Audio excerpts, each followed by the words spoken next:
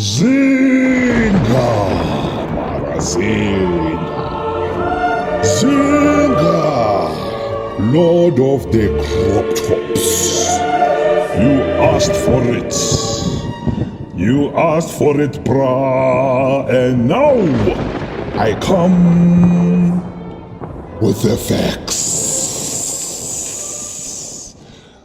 Okay guys, it's not that serious. This one is going to be a very short one because I really just wanted to clarify what I said in the Bhuda live chop. I'm starting to realize that people actually hate the truth. Y'all guys really hate the truth. So let's start with the first section of what I said.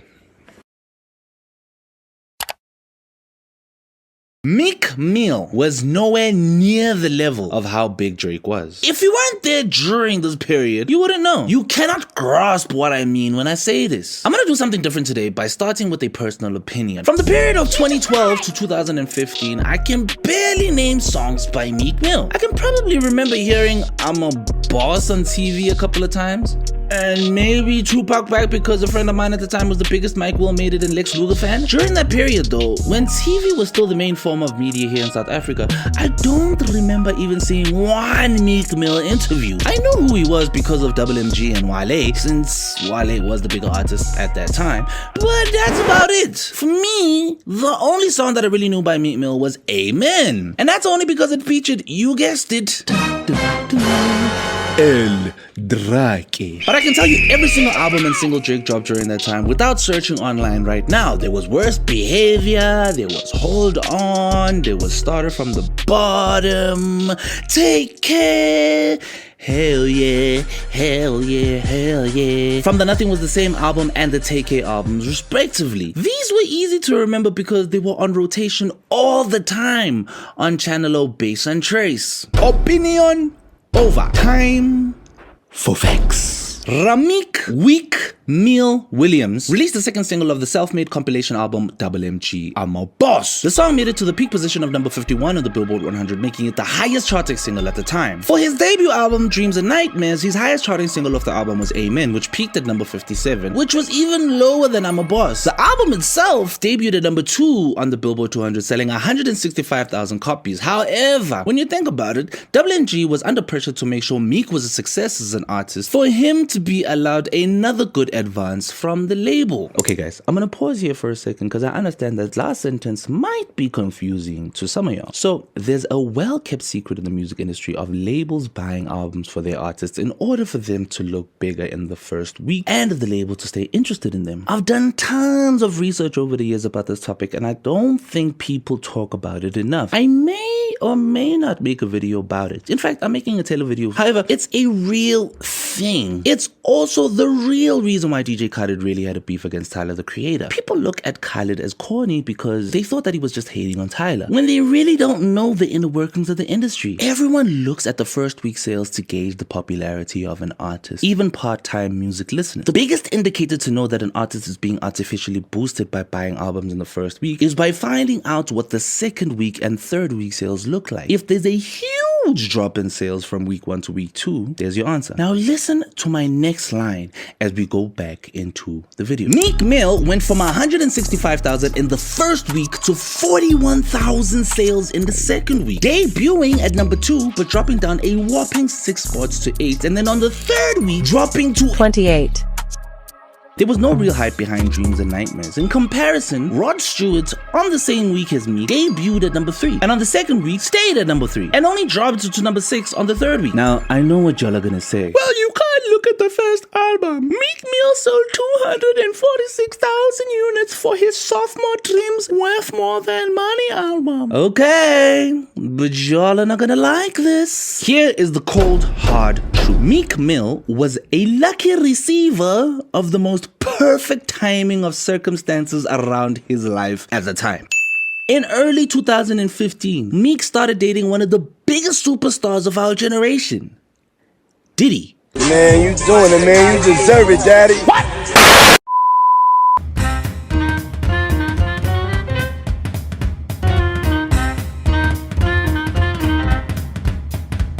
I mean Nicki Minaj, thus being invited to the biggest rap tour of that year as an opening act.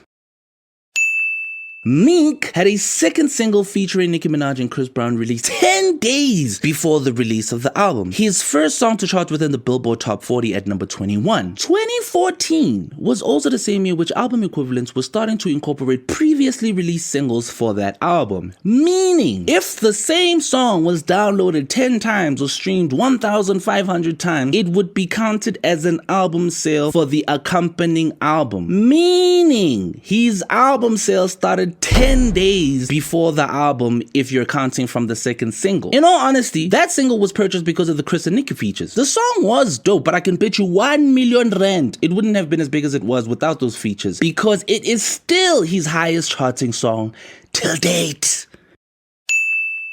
Nielsen SoundScan changed its tracking week from the Monday Sunday to Friday Thursday. Meek released on Monday the 29th. However, his first week sales could only be counted from Friday of that week, which would have been the third. In order for them to be fair, they would have to bring all the sales from the past 5 days to be added into the sales from the 3rd to the 9th, which in a sense allowed him to combine 2 weeks worth of sales into one. Thus, the 240,000 sales figures. Taking that all into account, Meek was allowed to gloat about 250,000 albums in the first week when the hype wasn't real. I heard scripts saying that Meek did go gold with this album, and if that's the case, how was he not big as Drake? Well, now you know. Rico was the 3rd single, and we all know why that one did well. In fact, it even started the comparison which I'm about to do now. El Drake. Now, in order to be fair, I'm only going to start from 2012 with Drake, since that's the year Meek had his rise too. Drake had just released his sophomore album in the late quarter of the previous year, with singles Headlines peaking at 13 on Billboard, The Motto peaking at 14, which probably spawned the most iconic word, and Take Care peaking at number 7 on the Billboard, becoming his first top 10 single since Best I Ever Had. Take Care sold 630,000 albums in the first album, while Nothing Was the Same sold 650,000 in the first week, both debuting at number 1. Okay, I'll be fair and tell you the second week too, but you're not gonna like it. 169,000 copies in the second week for Take Care, 148,000 in the second week for Nothing Was the Same. Drake was doing Meek's first week sales in his second and third weeks, bro. I haven't even gone to the singles for Nothing Was the Same. I won't do it for your help. Just know that Meek was not even close to touching Drake's numbers. Should I get into the tours? In 2012, both Meek and Drake went on tour. Meek went on the Dream Chasers tour, while Drake had the Club Paradise tour. Now, I have looked everywhere for the attendance figures for the Dream Chasers tour, and I'm unable to find it for each stop. However, I can still make my points by doing this. I am going to assume Meek Mill sold out every single show on that tour, which I highly doubt he did, by checking the maximum capacity for each venue. I then add up all those seats and compare it to Drake's real attendance figures. Mind you, Wikipedia could only find figures for 7 venues out of that 65. Yeah, Machita, it's not even close. This is getting embarrassing. Meek didn't have another tour until 2019, which was partly due to his legal troubles, but I can promise you he wouldn't have even touched Drake's numbers by a long shot. We can even compare Nicki Minaj's Pink Print tour versus the Club Paradise tour, and it still will be a scary comparison. Which brings me to my statement. Meek Mill was nowhere near the popularity of Drake. However, Drake still responded to Meek. Frat Packer said that even if Zingah responded to Luna and won, he'd still lose. Then explain why everyone is in agreement that Drake won the beef against Meek.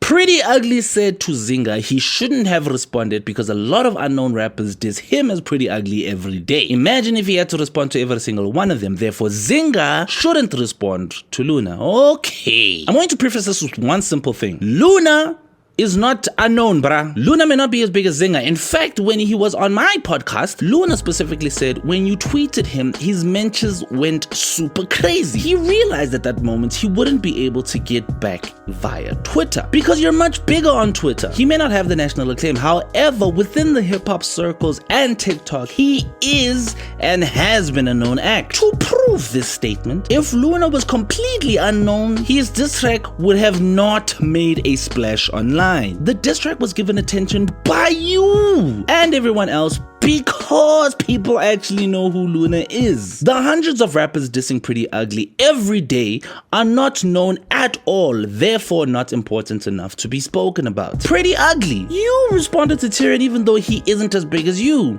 You felt that a response was only warranted on Twitter even though he called you out on a song. Reese, in all fairness and respectfully, is bigger than you, and he did respond to you. Or am I bugging? Your response on Who Wants Smoke was a better diss. However, it is clear Reese won that war of words. Another thing that Pretty said which confuses me is that Kendrick and Drake actually don't like each other, and that's the only time you're allowed to respond. When Zingah dissed Casper and Rikiri, Zingah himself said that he has no issues with Casper. Joyner Lucas had no issues with Tory. Jay-Z and Lil Wayne had no issues with each other, but they dissed each other on wax. Pretty, you have said many times that you have no issues with Reese or Nasty or Shane, but yet y'all went at it. There doesn't have to be animosity between people for there to be diss track. Rap is a competitive sport.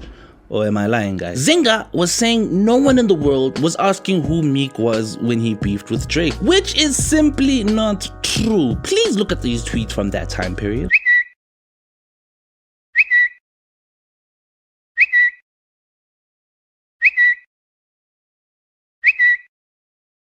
Okay, I'm just gonna pause here.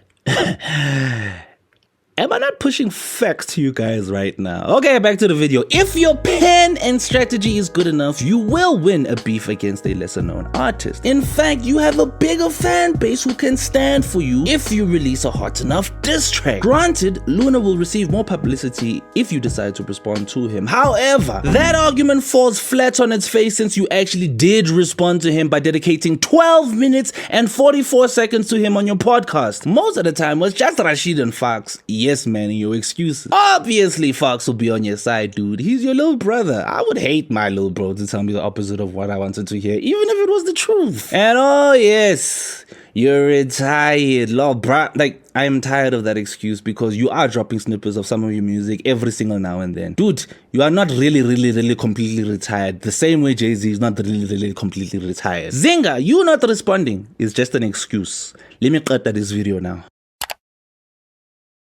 From this day onwards, I shall be addressed as Grim, Lord of the Facts. You can't get it at Sax though. Fact number 1. You called Luna's pen out and compared it to Drake's. He responded with that pen that you called out. He flamed you, bruh. He burnt your ass, revived you, and put you back in the ground. I can never watch a Bhuda show again and as you introduce yourself, not add Lord of the Crop Tops in the mix. In fact, I haven't actually seen you wear a crop top since. Now, here's the cold hard truth. Be honest and stop making excuses. You were never a battle rapper, bruh. You know for a fact that you wouldn't have been able to drop a worthy diss against him in general. Respectfully. Nigga, we used to rap together at the Full Clip back in the day and you ducked the smoke when it was time to battle. Then, this ain't the first time you ran from a rap battle. So you knew deep down that Luna would have won this war of words against you. And that would have been embarrassing. Now that I have gotten that out of the way, I need to mention someone who did not run away from the smoke. Kendrick Lamar. Kendrick Lamar is lauded as the winner of the beef between him and Drake. However, I still think Drake is going to clutch the W in the long run. I actually spoke about this whole thing in the video on the screen right now. Click it, because Lord of the Facts gave you insight here, vele. Click it, dog. Click. Or I'm starting a beef with you right now. Click.